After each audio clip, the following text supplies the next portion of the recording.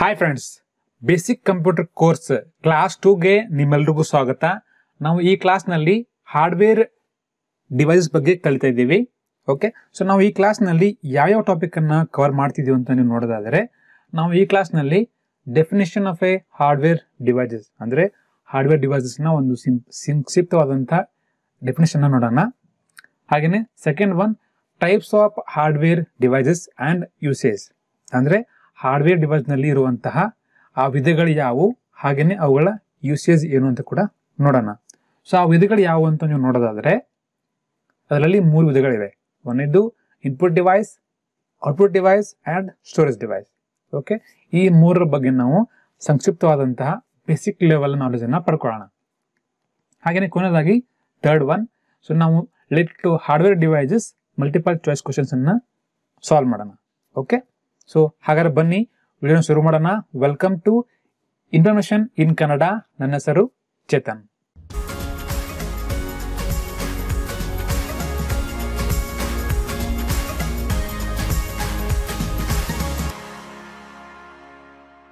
Okay, so ನಾವಿವಾಗ ಶುರು ಮಾಡೋಣ. ಮೊದಲನೇದಾಗಿ definition of a hardware devices. So ನೀವು ಇಲ್ಲಿ ನೋಡಬಹುದು, hardware device is any part of a computer that we can touch and see. ಅಂದ್ರೆ ಇದೊಂದು ಪಾರ್ಟ್. ಹಾರ್ಡ್ವೇರ್ ಡಿವೈಸ್ ಒಂದು ಪಾರ್ಟ್ ಅಂದ್ರೆ ಒಂದು ಭಾಗ ಅಥವಾ ಅಂಗ. ಹಾರ್ಡ್ವೇರ್ ಡಿವೈಸ್ ಅನ್ನುವುದು ಕಂಪ್ಯೂಟರ್ನ ಒಂದು ಭಾಗ. ನಾವು ಅದನ್ನ ಏನ್ ಮಾಡ್ಬೋದು, V can touch and see ಅಂದ್ರೆ ಕಂಪ್ಯೂಟರ್ನಲ್ಲಿ ಕಾಣುವಂತಹ ಅಥವಾ ಇರುವಂತಹ ಯಾವುದೇ ಒಂದು ಡಿವೈಸ್ ಅದನ್ನ ನಾವು ಟಚ್ ಮಾಡ್ಬೋದು ಅಥವಾ ಅದನ್ನ ನಾವು ಕಣ್ಣಾರೆ ನೋಡ್ಬೋದಾಗಿದ್ರೆ ಅದು ಅವೆಲ್ಲ ಡಿವೈಸ್ಗಳು ಹಾರ್ಡ್ವೇರ್ ಡಿವೈಸ್ಗಳು. ಓಕೆ, ಸೊ ಒಂದು ಎಕ್ಸಾಂಪಲ್ ಮುಖಾಂತರ ನೋಡೋಣ. ನಾವು ಇವಾಗ ಎಕ್ಸಾಂಪಲ್ ಬಂದ್ಬಿಟ್ಟು ಮೌಸ್. ಸೊ ನಾವು ಮೌಸ್ ಅನ್ನ ನೀವು ನಿಮ್ಮ ಕೈಯಲ್ಲಿ ಟಚ್ ಮಾಡಿನೇ ಕರ್ಸರ್ ಅನ್ನ ಮೂವ್ಮೆಂಟ್ ಮಾಡ್ಬೋದು. ಓಕೆ, ಸೊ ನೀವು ಅದನ್ನ ಮುಟ್ಬೋದು ಹಾಗೆ ನೋಡ್ಬೋದು. ಸೊ ಅದಕ್ಕೆ ಇದೊಂದು hardware device. So next one, keyboard. So ನಾವು ಕೀಬೋರ್ಡ್ ಮುಖಾಂತರ ನಾವು ಟೈಪ್ ಮಾಡಲೇಬೇಕು, ನಮ್ಮ ಕೈಯಾರ ಟೈಪ್ ಮಾಡಬೇಕು ಅಂದ್ರೆ ನಾವು ಅದನ್ನ ಟಚ್ ಮಾಡೇ ಮಾಡ್ತೀವಿ, ಹಾಗೆ ನಮ್ಗೆ ಅದು ಕಣ್ಣಿಗೆ ಕಾಣುತ್ತೆ. ಸೊ ಅದು ಒಂದು ಹಾರ್ಡ್ವೇರ್ ಡಿವೈಸ್. ಸೊ ಇದೇ ರೀತಿಯಾಗಿ ಇನ್ನೊಂದು ಎಕ್ಸಾಂಪಲ್ ನೋಡೋಣ, memory card. So memory card ಅನ್ನ ನೀವು ನಿಮ್ಮ ಕೈಯಾರನೆ ಹೊರಗಡೆ ತೆಗೆದು ಈ ತರ ಸ್ಲಾಟ್ ಅಲ್ಲಿ ಹಾಕ್ತೀರಾ. ಓಕೆ, ಸೊ ಹಾಗೆ ನಮಗದು ಕಣ್ಣಿಗೆ ಕೂಡ ಕಾಣುತ್ತೆ. ಅದಕ್ಕೋಸ್ಕರ ಮೆಮೊರಿ ಕಾರ್ಡ್ ಒಂದು ಹಾರ್ಡ್ವೇರ್ ಡಿವೈಸ್. ಓಕೆ, ಸೊ ಈ 3 ಮಾತ್ರ ಅಲ್ಲ, ಕಂಪ್ಯೂಟರ್ ನಲ್ಲಿ ತುಂಬಾ ಹಲವಾರು ಹಾರ್ಡ್ವೇರ್ ಡಿವೈಸ್ ಇದಾವೆ. ಅದ್ರ ಬಗ್ಗೆ ನಿಮಗೆ ನಾಲೆಜ್ ಇರಬೇಕಾಗೋದು ತುಂಬಾ ಅವಶ್ಯ. ಓಕೆ, ಸೊ ನಾವು ಇವಾಗ ಒಂದೊಂದಾಗಿ ನೋಡೋಣ. ಟೈಪ್ಸ್ ಆಫ್ ಹಾರ್ಡ್ವೇರ್ ಡಿವೈಸ್ ನಲ್ಲಿ ಮೊದಲೇದು input devices. So input device ಅಂದ್ರೆ ಏನು, ಔಟ್ಪುಟ್ ಡಿವೈಸ್ ಅಂದ್ರೆ ಏನು, ಸ್ಟೋರೇಜ್ ಡಿವೈಸ್ ಯಾವುದು. ಸೊ ಇದ್ರ ಬಗ್ಗೆ ನಿಮಗೆ ನಾಲೆಜ್ ಇರ್ಬೇಕು ಅಂತ ಹೇಳಿದ್ರೆ ನಾನಿವಾಗ ಒಂದು ಸಿಂಪಲ್ ಎಕ್ಸಾಂಪಲ್ ಮುಖಾಂತರ ಹೇಳ್ತೀನಿ. ಸೊ ನಿಮಗೆ ಮರೆಯೋಕೆ ಸಾಧ್ಯ ಇಲ್ಲ. ಅದೇನಂತ ಹೇಳಿದ್ರೆ ಎಕ್ಸಾಂಪಲ್ ನಾನು ಶುರು ಮಾಡ್ತಿದ್ದೀನಿ ನೋಡಿ. ಎಕ್ಸಾಂಪಲ್ ಒಂದು ರಿಮೋಟ್ ಕಂಟ್ರೋಲ್. ಸೊ ರಿಮೋಟ್ ಕಂಟ್ರೋಲ್ನ ನೀವು ನೋಡಿರ್ತೀರಾ. ಓಕೆ, ಸೊ ಇವಾಗ ಜಸ್ಟ್ ನೀವು ಇಮ್ಯಾಜಿನ್ ಮಾಡಿ ನಿಮ್ಮ ಕೈಯಲ್ಲಿ ಒಂದು ರಿಮೋಟ್ ಕಂಟ್ರೋಲ್ ಇದೆ ಅಂತ. ಓಕೆ, ಸೊ ನೀವೇನ್ ಮಾಡ್ತೀರಾ, ನೀವು ಇವಾಗ ಒಂದು ಚಾನಲ್ನ ಚೇಂಜ್ ಮಾಡಬೇಕು. ಅದಕ್ಕೆ ಏನ್ ಮಾಡ್ತೀರಾ, ನಿಮ್ಮ ರಿಮೋಟ್ನಲ್ಲಿ ಒಂದು ನಂಬರ್ ಅನ್ನ ಟೈಪ್ ಮಾಡ್ತೀರಾ. ಸೊ ನಂಬರ್ ಟೈಪ್ ಮಾಡಿದ್ರೆ ಏನಾಗುತ್ತೆ, ನಿಮ್ಮ ರಿಮೋಟ್ನಿಂದ ಸಿಗ್ನಲ್ ಹೋಗುತ್ತೆ ಎಲ್ಲಿಗೆ, ನಿಮ್ಮ ಟಿವಿ ಸೆಟಪ್ ಬಾಕ್ಸ್ಗೆ. ಓಕೆ, ಸೊ ಇವಾಗ ನಿಮ್ಮ ಟಿವಿ ಸೆಟಪ್ ಬಾಕ್ಸ್ ಸಿಗ್ನಲ್ ನ ರಿಸೀವ್ ಮಾಡಿದೆ. ಎಲ್ಲಿಂದ, ನಿಮ್ಮ ರಿಮೋಟ್ ಕಂಟ್ರೋಲ್ ಇಂದ. ಸೊ ಏನಾಗುತ್ತೆ, ನಿಮ್ಮ ಟಿವಿ ಸೆಟಪ್ ಬಾಕ್ಸ್ ನಿಮ್ಮ ಟಿವಿಗೆ ಸಿಗ್ನಲ್ ಅನ್ನ ಪಾಸ್ ಮಾಡುತ್ತೆ. ಏನಂತ, ಇಲ್ಲಿ ರಿಮೋಟ್ ನಲ್ಲಿ ನಂಬರ್ ಪ್ರೆಸ್ ಆಗಿದ್ದೆ ಒಂದು ಚಾನಲ್ದು, ಆ ಚಾನಲ್ ನಾವು ನಮ್ಮ ಟಿವಿ ಡಿಸ್ಪ್ಲೇ ಮೇಲೆ ಚೇಂಜ್ ಮಾಡಬೇಕು. ಸೊ ಓಕೆ, ಇವಾಗ ನೀವು ರಿಮೋಟ್ ನಲ್ಲಿ ಪ್ರೆಸ್ ಮಾಡಿದ್ದೀರಾ. ನಿಮ್ಮ ರಿಮೋಟ್ ನಲ್ಲಿ ಇವಾಗ ನಿಮ್ಮ ಸೆಟಪ್ ಬಾಕ್ಸ್ಗೆ ಸಿಗ್ನಲ್ ಹೋಗಿದೆ, ನಿಮ್ಮ ಟಿವಿ ಡಿಸ್ಪ್ಲೇ ಕೂಡ ಚೇಂಜ್ ಆಯಿತು. ಸೊ ಚಾನಲ್ ಕೂಡ ಚೇಂಜ್ ಆಯಿತು. ಸೊ ಇದರಲ್ಲಿ ಇನ್ಪುಟ್ ಡಿವೈಸ್ ಯಾವುದು, ಸೊ ಇದರಲ್ಲಿ ಇನ್ಪುಟ್ ಡಿವೈಸ್ ಬಂದು ನಿಮ್ಮ ರಿಮೋಟ್ ಕಂಟ್ರೋಲ್. ಯಾಕಂತ ಹೇಳಿದ್ರೆ ಇವಾಗ ನಿಮ್ಮ ರಿಮೋಟ್ ಕಂಟ್ರೋಲ್ ಫಸ್ಟ್ ಸ್ಟಾರ್ಟ್ ಮಾಡಿದ್ದು, ಅದೇ ತಾನೇ ಫಸ್ಟ್ ಕಮಾಂಡ್ ಕೊಟ್ಟಿದ್ದು ಸೆಟಪ್ ಬಾಕ್ಸ್ಗೆ. ಸೊ ಅದೇ ರೀತಿಯಾಗಿ ಕಂಪ್ಯೂಟರ್ನ ಕೂಡ ನಾವು ಯಾವ ಡಿವೈಸ್ಗಳನ್ನ ಯೂಸ್ ಮಾಡಿ ಕಂಪ್ಯೂಟರ್ಗೆ ಕಮಾಂಡ್ ಕೊಡ್ತೀವೋ ಅಥವಾ ನಾವು ಆದೇಶವನ್ನ ಮಾಡ್ತೀವೋ ಈ ಕೆಲಸ ಮಾಡುವಂತಹ, ಸೊ ಆ ರೀತಿಯಾದಂತಹ ಎಲ್ಲ ಡಿವೈಸ್ಗಳನ್ನ ನಾವು ಇನ್ಪುಟ್ ಡಿವೈಸ್ ಅಂತ ಕರಿಬಹುದು. ಸೊ ಇದಕ್ಕೆ ಒಂದು ನಾವು ಎಕ್ಸಾಂಪಲ್ ಮುಖಾಂತರ ಕಲಿಯೋಣ. ಎಕ್ಸಾಂಪಲ್ ಅಂದ್ರೆ ಏನು, ಒಂದು ಮೌಸ್. ಸೊ ಮೌಸ್ ಅನ್ನ ನೀವು ಈ ತರ ಟಚ್ ಮಾಡಿ ಈ ತರ ಕರ್ಸರ್ ಅನ್ನ ಮೂವ್ಮೆಂಟ್ ಮಾಡ್ತೀರಾ, ಕರೆಕ್ಟ್, ನಿಮ್ಮ ಕಂಪ್ಯೂಟರ್ ನಲ್ಲಿ. ಸೊ ಈ ತರ ಮಾಡೋದು ನಾವು ನಿಮ್ಮ ಕಂಪ್ಯೂಟರ್ ಹೇಳ್ತಾ ಇದ್ದೀರಾ ಈ ತರ ಕರ್ಸರ್ ಅನ್ನ ಮೂವ್ ಮಾಡುವ ಅಂತ, ಅಂದರೆ ಕರ್ಸರ್ ಮೂವ್ ಮಾಡುವಂಥ ಕಮಾಂಡ್ ಮಾಡ್ತಿದ್ದೀರಾ. ಸೊ ಇವಾಗ ಕೀಬೋರ್ಡ್ ಒಂದು ಇನ್ಪುಟ್ ಡಿವೈಸ್. ಓಕೆ, ಆರ್ಡರ್ ಮಾಡುವಂಥ ಡಿವೈಸ್, ಇನ್ಪುಟ್ ಡಿವೈಸ್. ಸೊ ಏನಾಗುತ್ತೆ, ನೀವು ಈ ಥರ ಮೌಸನ್ನು ಮೂವ್ ಮಾಡಿದಾಗ ಒಂದು ಸಿಗ್ನಲ್ ಪಾಸ್ ಆಗುತ್ತೆ. ಎಲ್ಲಿಗೆ? ನಿಮ್ಮ ಕಂಪ್ಯೂಟರ್ಲಿರುವಂತಹ ಒಂದು ಬೇಸ್ಗೆ, ಓಕೆ, ಅಥವಾ ಸಿ ಪಿ ಯು ಅಂತ ಹೇಳ್ತಾರೆ ಇದಕ್ಕೆ. ಇಲ್ಲಿಗೆ ಒಂದು ಸಿಗ್ನಲ್ ಪಾಸ್ ಆಗುತ್ತೆ. ಇಲ್ಲಿಂದ ಏನಾಗುತ್ತೆ, ನಿಮ್ಮ ಸಿ ಪಿ ಯುನಿಂದ ನಿಮ್ಮ ಕಂಪ್ಯೂಟರ್ಲಿರುವಂಥ ಮಾನಿಟರ್ಗೆ ಸಿಗ್ನಲ್ ಪಾಸ್ ಆಗುತ್ತೆ. ಸೊ ನೀವು ಇಮಿಡಿಯೇಟ್ಲಿ ಯಾವ ರೀತಿಯಾಗಿ ಮೌಸ್ ಹಿಡ್ಕೊಂಡ್ಬಿಟ್ಟು ಈ ಥರ ಕರ್ಸರ್ನ ಚೇಂಜ್ ಮಾಡ್ತಿರೋ ಅದೇ ರೀತಿಯಾಗಿ ನಿಮ್ಮ ಡಿಸ್ಪ್ಲೇಲೂ ಕೂಡ ಈ ರೀತಿ ಕರ್ಸರ್ ಮೂಮೆಂಟ್ ಆಗ್ತಾ ಇರುತ್ತೆ. ಓಕೆ, ಸೊ ಇವಾಗ ಎಕ್ಸಾಂಪಲ್ ಬಂದು ಇದೊಂದು ಮೌಸು ಇನ್ಪುಟ್ ಡಿವೈಸ್. ಸೊ ಇದೇ ರೀತಿಯಾದಂತಹ ಆರ್ಡರ್ ಕೊಡುವಂತಹ ಇನ್ಪುಟ್ ಡಿವೈಸ್ಗಳು ಯಾವ್ಯಾವು ಅಂತ ನೋಡೋಣ. ಓಕೆ, ಎಕ್ಸಾಂಪಲ್ ನೆಕ್ಸ್ಟ್ ಒಂದು ಕೀಬೋರ್ಡ್.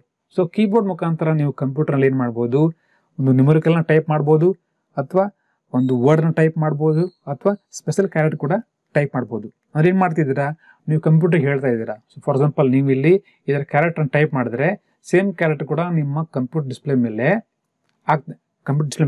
ಪ್ರಿಂಟ್ ಆಗ್ತಾ ಇರುತ್ತೆ. ಓಕೆ, ಸೊ ಕೀಬೋರ್ಡ್ ಕೂಡ ಒಂದು ಇನ್ಪುಟ್ ಡಿವೈಸ್. ಓಕೆ, ಈ ರೀತಿಯಾಗಿ ನೀವು ಟೈಪ್ ಮಾಡಿದ್ರೆ ಸಿಗ್ನಲ್ ಪಾಸ್ ಆಗುತ್ತೆ. ಸೊ ಇಲ್ಲಿಂದ ಇಲ್ಲಿ ಡಿಸ್ಪ್ಲೇ ಆಗುತ್ತೆ. ಓಕೆ, ಸೊ ನೆಕ್ಸ್ಟ್ ನೋಡೋಣ ಒಂದು fingerprint scanner. So for probably ನೀವು ಇದನ್ನ ಆಧಾರ್ ಕಾರ್ಡ್ ಮಾಡಿಸ್ಬೇಕಾದ್ರೆ ನೋಡಿರ್ತೀರಾ, ನಿಮ್ಮ ಕೈ ಬೆರಳು ಸ್ಕ್ಯಾನ್ ಮಾಡ್ತಾರೆ. ಸೊ ಡೈರೆಕ್ಟ್ ಆಗಿ ನಮ್ಮ ಕೈ ಬೆರಳನ್ನ ಸ್ಕ್ಯಾನ್ ಮಾಡಿ ಕಂಪ್ಯೂಟರ್ ಕೊಡೋಕ್ಕೆ ಆಗೋದಿಲ್ಲ. ಅದಕ್ಕೆ ನಾವು ಈ ರೀತಿಯಾದಂತಹ ಒಂದು ಇನ್ಪುಟ್ ಡಿವೈಸ್ ಅನ್ನ ಯೂಸ್ ಮಾಡ್ತೀವಿ. ಸೊ ಇಲ್ಲಿ ಏನಾಗುತ್ತೆ, ಇಲ್ಲಿ ನೀವು ನಿಮ್ಮ ಬೆರಳನ್ನ ಇಟ್ಟಾಗ ಸ್ಕ್ಯಾನ್ ಆಗುತ್ತೆ. ಸ್ಕ್ಯಾನ್ ಮಾಡಿದ ತಕ್ಷಣ ಈ ಒಂದು ಡಿವೈಸ್ನಿಂದ ಸಿಗ್ನಲ್ ಪಾಸ್ ಆಗುತ್ತೆ ಇಲ್ಲಿಗೆ, ನಿಮ್ಮ ಸಿ ಪಿ ಯುಗೆ. ಈ ರೀತಿಯಾಗಿ ಈ ಒಂದು ಇನ್ಪುಟ್ ಡಿವೈಸ್ ಮುಖಾಂತರ ನಾವು ನಮ್ಮ ಬೆರಳಿನ ಅಚ್ಚನ್ನ ಕಂಪ್ಯೂಟರ್ಗೆ ಟ್ರಾನ್ಸ್ಫರ್ ಮಾಡ್ಬೋದು. ಸೊ ಫಿಂಗರ್ ಪ್ರಿಂಟ್ ಸ್ಕ್ಯಾನರ್ ಒಂದು ಇನ್ಪುಟ್ ಡಿವೈಸ್. ಇನ್ನೊಂದು ನೋಡೋಣ ಎಕ್ಸಾಂಪಲ್, ಬಾರ್ಕೋಡ್ ಸ್ಕ್ಯಾನರ್. ಸೊ ಮಾಲಲ್ಲಿ ನೀವು ನೋಡಿರ್ತೀರಾ, ಪ್ರೊಬಲಿ ಯಾವುದಾದ್ರು ಒಂದು ವಸ್ತುವನ್ನ ನೀವು ಖರೀದಿ ಮಾಡಿದ್ಮೇಲೆ ಅದನ್ನ ಬಿಲ್ ಮಾಡೋದಕ್ಕೆ ನೀವು ಕೌಂಟರ್ ಹತ್ರ ಹೋಗ್ತೀರಾ. ಸೊ ಅಲ್ಲಿ ಈ ರೀತಿಯಾದಂತಹ ಒಂದು ಬಾರ್ಕೋಡ್ ಅನ್ನ ಸ್ಕ್ಯಾನ್ ಮಾಡ್ತಾರೆ. ಸ್ಕ್ಯಾನ್ ಮಾಡಿದ್ಮೇಲೆ ಏನ್ ಮಾಡುತ್ತೆ, ಈ ಬಾರ್ಕೋಡ್ ಸಿಗ್ನಲ್ ನ ಪಾಸ್ ಮಾಡುತ್ತೆ ನಿಮ್ಮ ಕಂಪ್ಯೂಟರ್ಗೆ. ಸೊ ಇಲ್ಲಿಂದ ಈ ಬಾರ್ಕೋಡ್ನ ಸ್ಕ್ಯಾನ್ ಮಾಡಿದ್ಮೇಲೆ ನಮ್ಗೆ ಗೊತ್ತಾಗುತ್ತೆ ಇದು ಯಾವ ಮಟೀರಿಯಲ್, ಇದಕ್ಕೆ ಎಷ್ಟು ಅಮೌಂಟ್ ಅಂತ. ಓಕೆ, ಸೊ ನಿಮ್ಗೆ ಇವಾಗ ಒಂದು ಸಂಕ್ಷಿಪ್ತವಾದಂತಹ ಐಡಿಯಾ ಬಂದಿದೆ ಅನ್ಕೊಂತೀನಿ ಇನ್ಪುಟ್ ಡಿವೈಸ್ ಅಂದ್ರೆ ಏನು ಅಂತ. ಇನ್ಪುಟ್ ಡಿವೈಸ್ ಏನಂತ ಹೇಳಿದ್ರೆ, ನೀವು ಕಂಪ್ಯೂಟರ್ನಲ್ಲಿರುವಂತಹ ಯಾವ ಡಿವೈಸ್ಗಳನ್ನ ಯೂಸ್ ಮಾಡಿ ನಿಮ್ಮ ಕಂಪ್ಯೂಟರ್ಗೆ ಸಂದೇಶವನ್ನ ಕೊಡ್ತಿರೋ ಅಥವಾ ಆರ್ಡರ್ನ ಮಾಡ್ತಿರೋ ಆ ಎಲ್ಲ ಡಿವೈಸ್ಗಳನ್ನ ನಾವು ಇನ್ಪುಟ್ ಡಿವೈಸ್ ಅಂತ ಹೇಳ್ಕೋಬಹುದು. ಓಕೆ, ಸೊ ನಾವು ನೆಕ್ಸ್ಟ್ ಹೋಗೋಣ. ಸೊ ಇವಾಗ ನಿಮಗೆ ಅರ್ಥ ಆಗಿ ಅನ್ಕೊಂತೀನಿ input device. Next one output devices. So ಕಂಪ್ಯೂಟರ್ನಲ್ಲಿ ಕಾಣುವಂಥ ಔಟ್ಪುಟ್ ಡಿವೈಸ್ ಯಾವಿವು, ಇದನ್ನ ಕೂಡ ನಾವು ಇವಾಗ ಜಸ್ಟ್ ನೋಡಿದಂಥ ಎಕ್ಸಾಂಪಲ್ ಮುಖಾಂತರನೇ ಕಲಿಯೋಣ. ಏನು, ಇಲ್ಲೊಂದು ರಿಮೋಟ್ ಕಂಟ್ರೋಲ್ ಇದೆ. ನಾನಿಲ್ಲಿ ಒಂದು ನಂಬರ್ನ ಪ್ರೆಸ್ ಮಾಡ್ತೀನಿ. ಸೊ ಪ್ರೆಸ್ ಮಾಡಿದ ತಕ್ಷಣ ಇಮಿಡಿಯೇಟ್ಲಿ ನನಗೆ ನನ್ನ ಟಿವಿಯಲ್ಲಿ ಚಾನಲ್ ಚೇಂಜ್ ಆಯಿತು. ಓಕೆ, ಸೊ ಇವಾಗ ಚಾನಲ್ ಚೇಂಜ್ ಆಗಿದೆ. ಸೊ ಚಾನಲ್ ಚೇಂಜ್ ಆಯಿತು ಅಂತ ಯಾರಿಗೆ ಗೊತ್ತಾಗುತ್ತೆ? ಸೊ ಇಲ್ಲಿ ಯಾರು ಈ ರಿಮೋಟನ್ನ ಪ್ರೆಸ್ ಮಾಡಿರ್ತೀರೋ, ಸೊ ನೀವೇ ತಾನೇ ಪ್ರೆಸ್ ಮಾಡಿರ್ತೀರಾ, ನಿಮಗೆ ಗೊತ್ತಾಗಬೇಕು. ಹೆಂಗೆ ಗೊತ್ತಾಗುತ್ತೆ? ನೀವು ಇಲ್ಲಿ ಚಾನಲ್ ಅನ್ನು ಪ್ರೆಸ್ ಮಾಡಿದ್ದೀರಾ, ನಿಮ್ಮ ಟಿವಿಲಿ ಕಾಣುತ್ತೆ. ಯಾರಿಗೆ ಕಾಣುತ್ತೆ? ಯೂಸರಿಗೆ ಕಾಣುತ್ತೆ. ಯೂಸರ್ ಯಾರು? ನಾವು, ಅಂದರೆ ಯಾರು ಕಂಪ್ಯೂಟರ್ನ ಯೂಸ್ ಮಾಡ್ತಾ ಇದ್ದೀರೋ ಅವರು. ಸೊ ಇದೇ ರೀತಿಯಾಗಿ ಜಸ್ಟ್ ಆಸ್ ಎಕ್ಸಾಂಪಲ್ ಟಿವಿ ಥರ ನಮ್ಮ ಕಂಪ್ಯೂಟರ್ನಲ್ಲಿ ಔಟ್ಪುಟ್ ಡಿವೈಸ್ಗಳು ಯಾವ್ಯಾವು ಅಂತ ನೋಡೋಣ. ಓಕೆ, ಮೊದಲನೇದಾಗಿ ಒಂದು ನಿಮ್ಮ ಕಂಪ್ಯೂಟರ್ ಮಾನಿಟರಲ್ಲಿ ನಮ್ಗೆ ಕಾಣುತ್ತೆ ಅಲ್ವಾ, ನಾವು ಏನೇನು ಮಾಡ್ತಿದ್ದೀವಿ ಅಂತ. ಸೊ ಅದು ಕೂಡ ಒಂದು ಔಟ್ಪುಟ್ ಡಿವೈಸ್.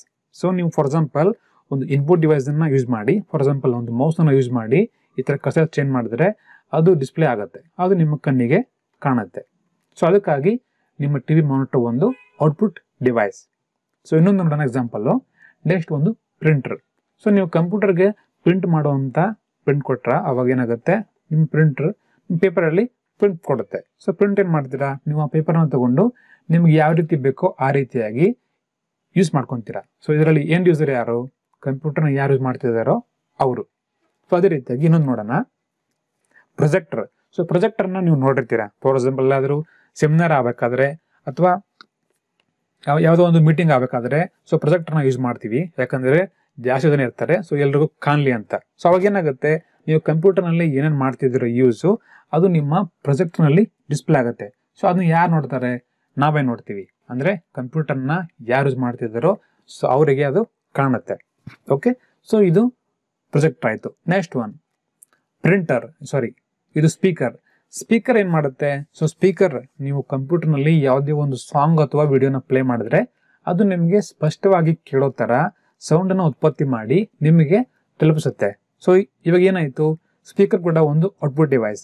ಸೊ ಇದರಿಂದ ನಾವು ಸಂದೇಶವನ್ನ ಪಡಿತಾ ಇದೀವಿ. ಸೊ ಫಾರ್ ಎಕ್ಸಾಂಪಲ್, ನೀವು ಯಾವುದೋ ಒಂದು ಸಾಂಗ್ ಅಥವಾ ವಿಡಿಯೋ ಪ್ಲೇ ಮಾಡಿದ್ಮೇಲೆ ಅದನ್ನ ಬೇಕಾದ್ರೆ ನೀವು ಸೌಂಡ್ ಜಾಸ್ತಿ ಅಪ್ ಮಾಡಿದ್ರು ಕೂಡ ನಿಮ್ಗೆ ಗೊತ್ತಾಗತ್ತೆ. ಯಾಕೆ ಅಂದ್ರೆ ಸ್ಪೀಕರ್ ನಿಮಗೆ ಸಿಗ್ನಲ್ ನ ಕಳಿಸ್ತಾ ಇರುತ್ತೆ ಸೌಂಡ್ ಮುಖಾಂತರ. ಸೊ ಆ ಕಾರಣಕ್ಕಾಗಿ ಸೊ ಓವರ್ ಆಲ್ ಆಗಿ ಔಟ್ಪುಟ್ ಡಿವೈಸ್ ಯಾವ ಅಂತ ನೀವು ತಿಳ್ಕೊಬೇಕಂದ್ರೆ, ಔಟ್ಪುಟ್ ಡಿವೈಸ್ ಒಂದು ಕಂಪ್ಯೂಟರ್ನ ಡಿವೈಸ್. ಸೊ ಅದು ನಿಮಗೆ ವಾಪಸ್ ಸಂದೇಶವನ್ನ ಕೊಡ್ತಾ ಇರುತ್ತೆ ಅಥವಾ ನಿಮಗೆ ಒಂದು ಆರ್ಡರ್ನ ಕೊಡ್ತಾ ಇರುತ್ತೆ. ಓಕೆ, ಈ ಕೆಲಸ ಆಗಿದೆ, ನೀವು ನೋಡ್ಕೋಬಹುದು ಅಂತ. ಸೊ ಆ ರೀತಿಯಾದಂತಹ ಎಲ್ಲ ಡಿವೈಸ್ಗಳನ್ನ ನಾವು ಔಟ್ಪುಟ್ ಡಿವೈಸ್ ಅಂತ ಅನ್ಕೋಬಹುದು. Okay, next one last storage device ಅಂದ್ರೆ ನಿಮ್ಗೆ ಗೊತ್ತಿರೋ ಪ್ರಕಾರ ಸ್ಟೋರೇಜ್ ಅಂತ ಅದ್ರ ಹೆಸರೆಲ್ಲ ಇದೆ. ಸ್ಟೋರೇಜ್ ಡಿವೈಸ್ ಅಂತ ಹೇಳಿದ್ರೆ ನಾವು ಯಾವ ರೀತಿಯಾಗಿ ನಮ್ಮ ಫೋನ್ ನಲ್ಲಿ ಈ ತರ ಮೆಮೊರಿ ಕಾರ್ಡ್ ಅನ್ನ ಯೂಸ್ ಮಾಡ್ತೀವೋ ಅದೇ ರೀತಿಯಾಗಿ ನಮ್ಮ ಕಂಪ್ಯೂಟರ್ನು ಕೂಡ ಈ ರೀತಿಯಾದಂತಹ ಮೆಮೊರಿ ಕಾರ್ಡ್ಗಳನ್ನ ಯೂಸ್ ಮಾಡ್ತೀವಿ. ಅಂದ್ರೆ ಸ್ಟೋರೇಜ್ ಮಾಡೋದಕ್ಕೆ ನಿಮ್ಮ ಫೋನ್ ನಲ್ಲಿ ಯಾವ ರೀತಿಯಾಗಿ ಇಮೇಜಸ್, ವಿಡಿಯೋಸ್, ಫೈಲ್ಸ್ ಇರುತ್ತೋ ಅದೇ ರೀತಿಯಾಗಿ ಕಂಪ್ಯೂಟರ್ನಲ್ಲೂ ಕೂಡ folders, file, images, so many data ಇರುತ್ತೆ. ಸೊ ಅವುಗಳನ್ನ ನಾವು ಯಾವ ರೀತಿಯಾಗಿ ಸ್ಟೋರೇಜ್ ಮಾಡ್ಕೋಬಹುದು ಅಂತ ಹೇಳಿದ್ರೆ, ಮೊದಲನೇದಾಗಿ ಜಸ್ಟ್ ಎಕ್ಸಾಂಪಲ್ ಹೇಳ್ತಾ ಇದ್ದೀನಿ, ಒಂದು DVD ROM. So for example ಇದು ಅಪ್ ಟು 4.7 GB ವರೆಗೂ ನಾವು ಇದರಲ್ಲಿ ಸ್ಟೋರ್ ಮಾಡ್ಬೋದು. ಅದೇ ರೀತಿ ಇನ್ನೊಂದು memory card. So depends upon ಯಾವ ರೀತಿ ಎಷ್ಟು GB ಇದೆಯೋ ಅಷ್ಟು ನಾವು ಪೆನ್ ಡ್ರೈವ್ ನಲ್ಲಿ ಸ್ಟೋರ್ ಮಾಡ್ಕೋಬಹುದು. ನೆಕ್ಸ್ಟ್ ಒನ್ ಇದಕ್ಕೆ ನಾವು ಹಾರ್ಡ್ ಡಿಸ್ಕ್ ಅಂತ ಹೇಳ್ತೀವಿ, ಹಾರ್ಡ್ ಡಿಸ್ಕ್. ಸೊ ಇದರಲ್ಲಿ ನಾವು 1000 GB ಇಂದ ಹಿಡಿದು 4000 GB ವರೆಗೂ ಕೂಡ ನಾವು ಇದರಲ್ಲಿ ಸ್ಟೋರ್ ಮಾಡ್ಕೋಬಹುದು. ಸೊ ಇವು ಹಲವು ಸ್ಟೋರೇಜ್ ಡಿವೈಸ್ ನ ಎಕ್ಸಾಂಪಲ್ಗಳು. ಸೊ ನಿಮಗೆ ಬೇಸಿಕ್ ಲೆವೆಲ್ ಅಲ್ಲಿ ಇಷ್ಟು ಗೊತ್ತಿದ್ರೆ ಸಾಕು. ಓಕೆ, ಸೊ ನಾವು ನೆಕ್ಸ್ಟ್ ಟಾಪಿಕ್ ಹೋಗೋಣ, ಕ್ವೆಶನ್ಸ್ ಅಂಡ್ ಆನ್ಸರ್ಸ್. ಸೊ ನೀವು ಇವಾಗ ಜಸ್ಟ್ ಕಲಿತಿರೋಂಥ ಟಾಪಿಕ್ ಮೇಲೆ ಹಲವು ಕ್ವಶನ್ಗಳನ್ನ ನೋಡೋಣ. ನಾನು ಒಂದೊಂದಾಗಿ ಗೊತ್ತಾಗ್ತೀನಿ. ನೀವು ಇದಕ್ಕೆ ಆನ್ಸರ್ಗಳನ್ನ ನೀವು ನನಗೆ ಕಮೆಂಟ್ ನಲ್ಲಿ ಕೊಡಬೇಕು. ಓಕೆ, ನಾನಿಲ್ಲಿ ಆನ್ಸರ್ ಹೇಳೋದಿಲ್ಲ. ನಿಮಗೆ ಆನ್ಸರ್ ಬೇಕಂತ ಹೇಳಿದ್ರೆ ನಾನು ಈ ವಿಡಿಯೋ ಕೆಳಗಡೆ PDF ನಲ್ಲಿ ಹಾಕಿರ್ತೀನಿ, ನೀವು ಅಲ್ಲಿ ಡೌನ್ಲೋಡ್ ಮಾಡಿ ನೋಡ್ಕೋಬಹುದು. ಓಕೆ, ಮೊದಲೇ ನೋಡೋಣ ಕ್ವೆಶನ್ ಅಂಡ್ ಆನ್ಸರ್. ಮೊದಲೇದು, which one of these below is a input device? So ಕಳೆ ಕೊಟ್ಟಿರುವಂತ 4ರಲ್ಲಿ ಒಂದು ಮಾತ್ರ ಇನ್ಪುಟ್ ಡಿವೈಸ್. ಸೊ 4ರಲ್ಲಿ ಒಂದು ಮಾತ್ರ, 3 ರಾಂಗ್ ಇರುತ್ತೆ. ಸೊ ಇನ್ಪುಟ್ ಡಿವೈಸ್ ಯಾವ್ದು? ಸೊ ಅದು ನನಗೆ ಗೊತ್ತಿಲ್ಲ, ನೀವು ಕಮೆಂಟ್ ಅಲ್ಲಿ ಹೇಳಬೇಕು. Okay, so hi. Second one, which of these below is not A input device? ಅಂದ್ರೆ ಕಳೆ ಕೊಟ್ಟಿರುವಂತ 4ರಲ್ಲಿ ಯಾವುದು ಇನ್ಪುಟ್ ಡಿವೈಸ್ ಅಲ್ಲ. ಅಂದ್ರೆ ಇನ್ಪುಟ್ ಡಿವೈಸ್ ಒಂದು pen drive, touch pad, mouse, keypad. So 4 option ಇದೆ, ಇದರಲ್ಲಿ 3 ಕರೆಕ್ಟ್ ಆಗಿದೆ. ಸೊ ಒಂದು ಮಾತ್ರ ರಾಂಗ್. ಸೊ ಅದು ಯಾವುದು?